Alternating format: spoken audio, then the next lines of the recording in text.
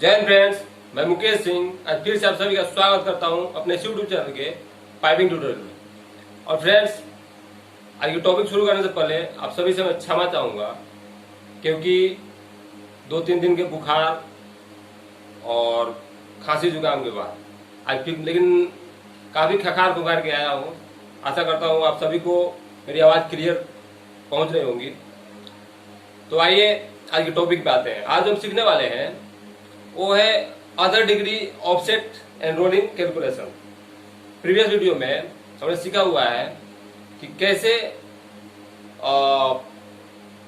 जब कोई line equal dimension लेकर के एक अपने मेन डायरेक्शन को छोड़ करके और किसी कॉर्नर पे मूव करती है तो उसके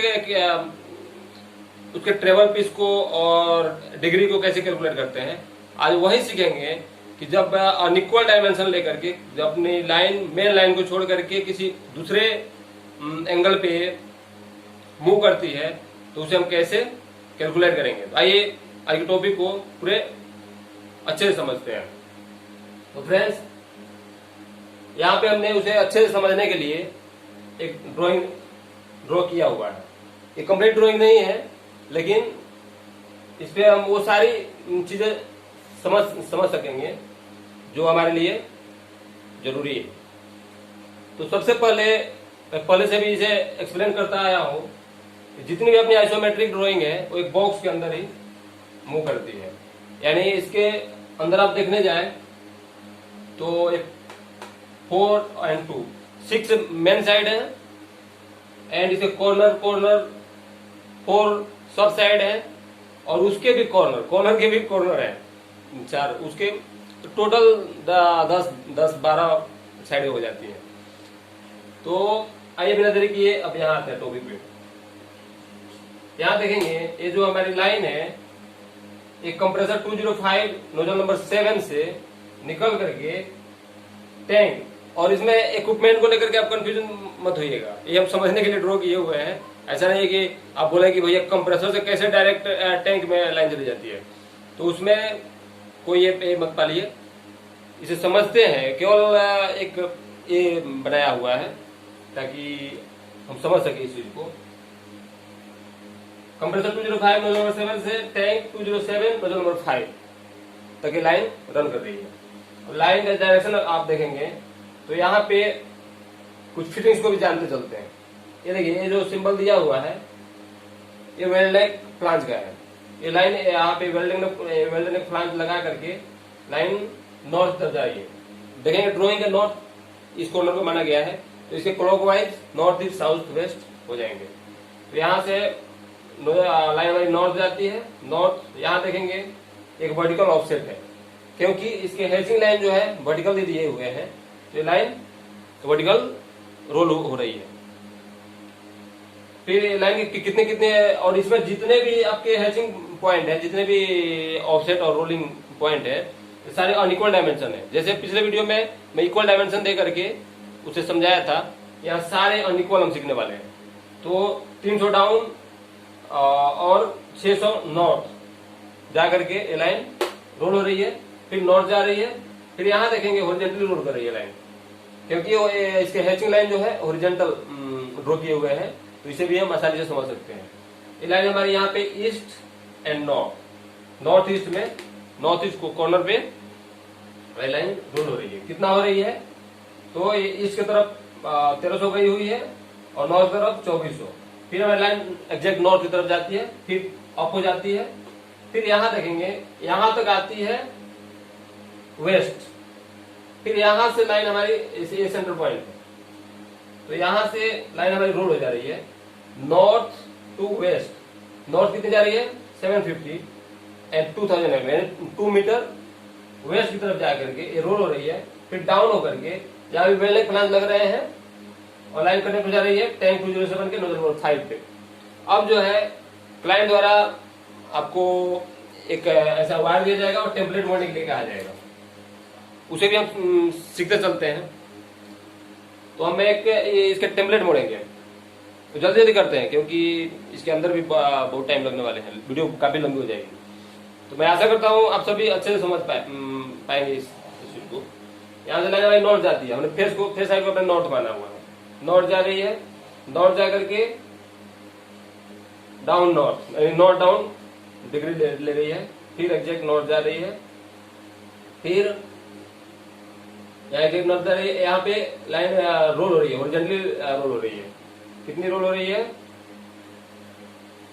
कौन सा डायरेक्शन में, नॉर्थ ईस्ट, यानी कि नॉर्थ एंड ईस्ट हमारे इस कॉर्नर पे जा रही है, नॉर्थ ईस्ट हो गई, नॉर्थ ईस्ट यहाँ रोल हो गई, फिर यहां से एग्जैक्ट नॉर्थ जा रही है, एग्जैक्ट नॉर्थ जा रही है, फिर यहाँ पे नॉर्थ वेस्ट यानी इस कॉर्नर पे नॉर्थ वेस्ट हो जा रही है, फिर डाउन हो जा रही है, डाउन हो जा करके यहाँ लाइन कनेक्ट हो जाएगी। टोटल हमारी जब लाइन बनकर तैयार होंगी तो ऐसी दिखेंगी, ऐसी। फिर आप टेम्पलेट मोड़ देंगे तब आपसे कैलकुलेशन पूछा जाएगा।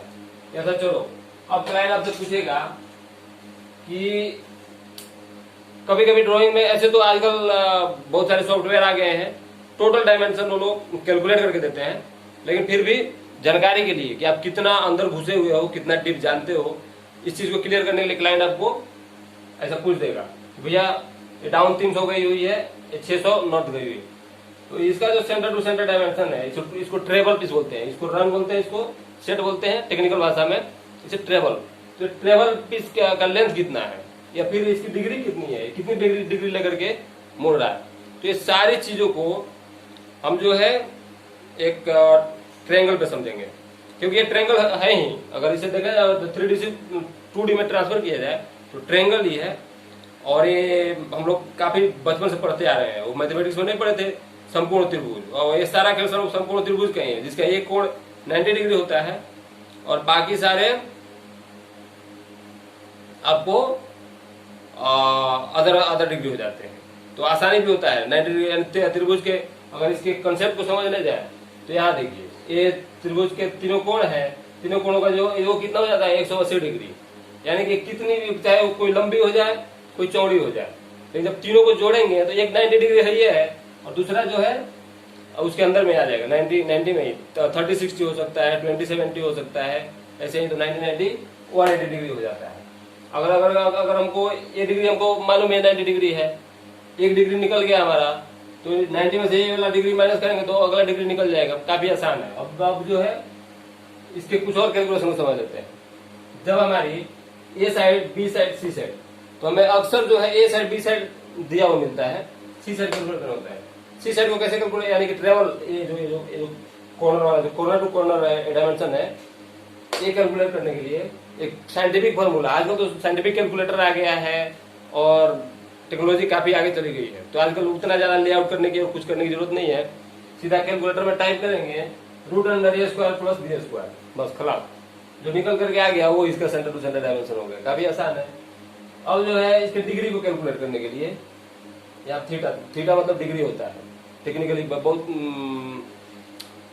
ये भी क्लियर होना चाहिए। और जो है अब इसको क्या करेंगे, tan इनवर्स यूज करेंगे, तो ये tan ही क्यों यूज करेंगे, क्योंकि ये आप थोड़ा मैथमेटिक्स के अंदर जाएंगे और इस पे मैं इस सीरीज के लास्ट में एक वीडियो अपलोड करूंगा कि कहाँ साइन, कहाँ कॉस, कहाँ tan यूज होता है टेक्निकल, क्योंकि हम तो ऐसे पेपर में बहुत दिनों से पढ़ते आ रहे हैं साइन इक्वल टू लंब बटे आधार, कॉस इक्वल टू आधार बटे कर्ण, और ऐसा रटते आ रहे हैं और दिमाग में वो भूसा भरा हुआ है, लेकिन टेक्निकली हम कहाँ उसे यूज करेंगे, इस पे मैं इस सीरीज के लास्ट में एक वीडियो अपलोड करूंगा और उसे क्लियर करके बताऊंगा कि इसके अंदर जो टेक्निकल जो लॉजिक छिपी हुई है वो क्या है, और उसे एकदम अंदर घुसा के समझाऊंगा।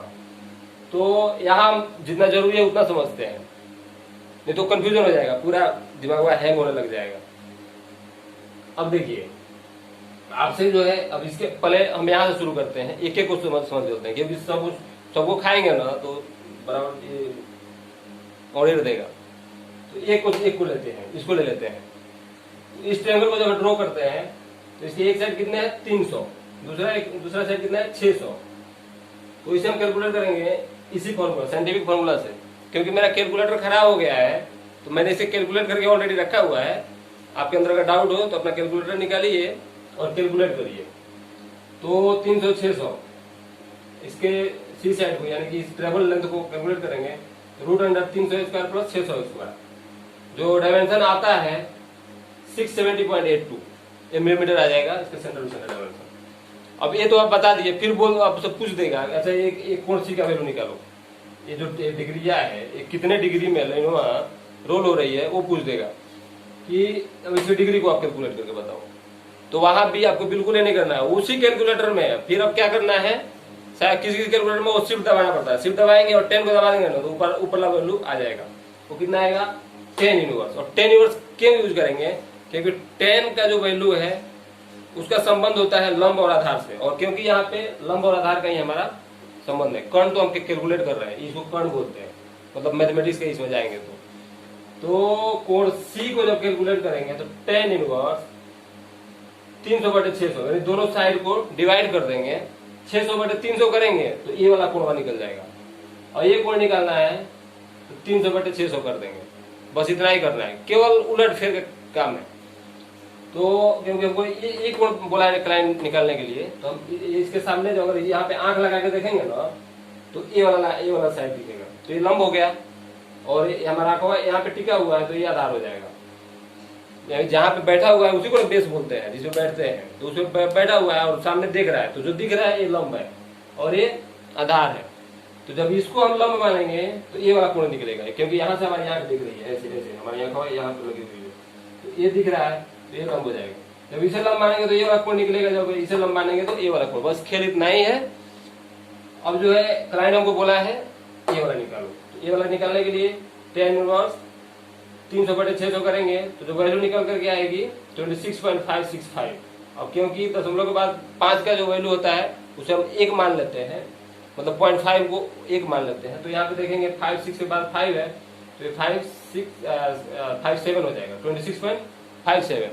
फिर दूसरी डिग्री आसानी से ऐसे भी निकाल सकते हैं, या तो इसके और ये एक रास्ते है 600/300 करके वैल्यू निकाल लेंगे, और नहीं तो 90, क्योंकि इसके तीनों कोणों का जो 180 डिग्री होता है, ये कोण जो 90 डिग्री है तो ये 90 के अंदर ही आएगा, तो उसमें से 90 में से वो वाला कोण को माइनस कर देंगे तो जो वैल्यू आ जाएगी ये कोण की वैल्यू आ जाएगी। अब इस सेकंड इसको लेते हैं, जो हॉरिजॉन्टल रोलिंग है इसको भी अब 2D में करेंगे तो ऐसा एक ट्रायंगल बनेगा जिसका एक साइड है 1 मीटर 300, दूसरा है 2 मीटर 400। सेम खेल है, कंफ्यूज होने की बात नहीं है, सेम वही वाला फॉर्मूला यहाँ यूज करेंगे।